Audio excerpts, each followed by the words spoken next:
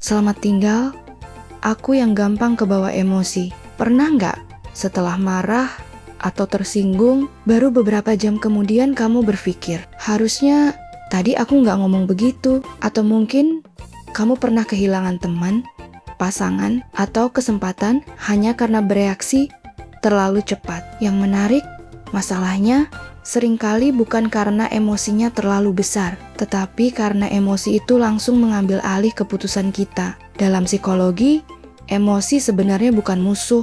Emosi adalah sistem informasi yang membantu kita mengenali apa yang sedang terjadi di sekitar kita. Takut membantu kita waspada. Marah memberi sinyal bahwa ada batas yang dilanggar. Sedih mendorong kita mencari dukungan. Artinya, setiap emosi punya fungsi. Yang menjadi masalah adalah ketika kita langsung bertindak mengikuti emosi tanpa memberi ruang untuk berpikir. Psikolog Susan David dalam bukunya Emotional Agility menjelaskan bahwa orang yang sehat secara psikologis bukanlah orang yang tidak pernah marah, kecewa, atau sedih. Sebaliknya, mereka mampu merasakan emosinya tanpa harus dikendalikan oleh emosi tersebut. Kemampuan ini sebagai emotional agility, kemampuan untuk tetap fleksibel menghadapi emosi sehingga keputusan kita tetap sesuai dengan nilai dan tujuan hidup, bukan sekadar dorongan sesaat.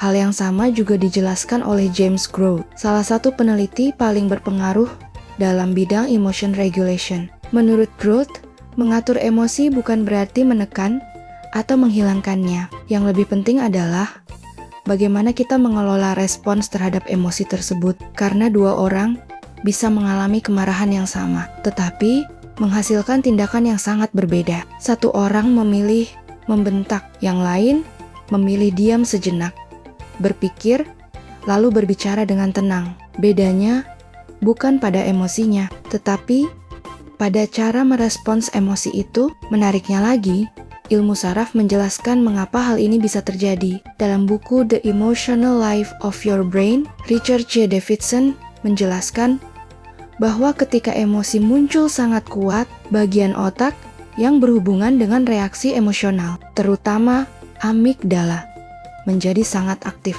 Sementara area prefrontal cortex yang berperan dalam berpikir logis, mempertimbangkan konsekuensi, dan mengendalikan impuls, membutuhkan waktu beberapa saat untuk bekerja secara optimal. Karena itulah, ketika sedang sangat marah, kita cenderung mengatakan atau melakukan sesuatu yang nanti justru kita sesali. Bukan karena kita orang yang buruk, tetapi karena otak sedang berada dalam mode bereaksi, bukan mode berpikir. Kabar baiknya, kemampuan ini bisa dilatih. Psikiater Viktor Frankl pernah menulis kalimat yang sangat terkenal dalam bukunya, Man's Search for Meaning. Di antara stimulus dan respons, ada ruang. Di dalam ruang itu, terdapat kebebasan kita untuk memilih respons. Semakin seseorang mampu menciptakan ruang sebelum bereaksi, semakin baik pula kemampuan regulasi emosinya.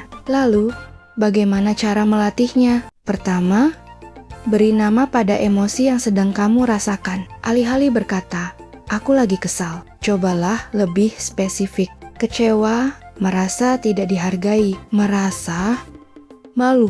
Memberi label pada emosi membantu menurunkan intensitas reaksi emosional sehingga otak lebih mudah kembali berpikir jernih. Kedua, beri jeda sebelum merespons. Tidak harus lama. Tarik napas beberapa kali, minum air, berjalan sebentar. Tujuannya bukan menghindari masalah, tetapi memberi kesempatan bagi bagian otak yang bertanggung jawab atas pengambilan keputusan untuk kembali bekerja. Ketiga, tanyakan pada diri sendiri, kalau aku bereaksi seperti ini, apakah ini akan mendekatkanku pada kehidupan yang aku inginkan atau justru menjauhkannya? Pertanyaan sederhana ini membantu kita berpindah dari reaksi otomatis menuju keputusan yang lebih bijaksana. Karena pada akhirnya, menjadi dewasa bukan berarti tidak pernah emosi. Menjadi dewasa adalah ketika emosi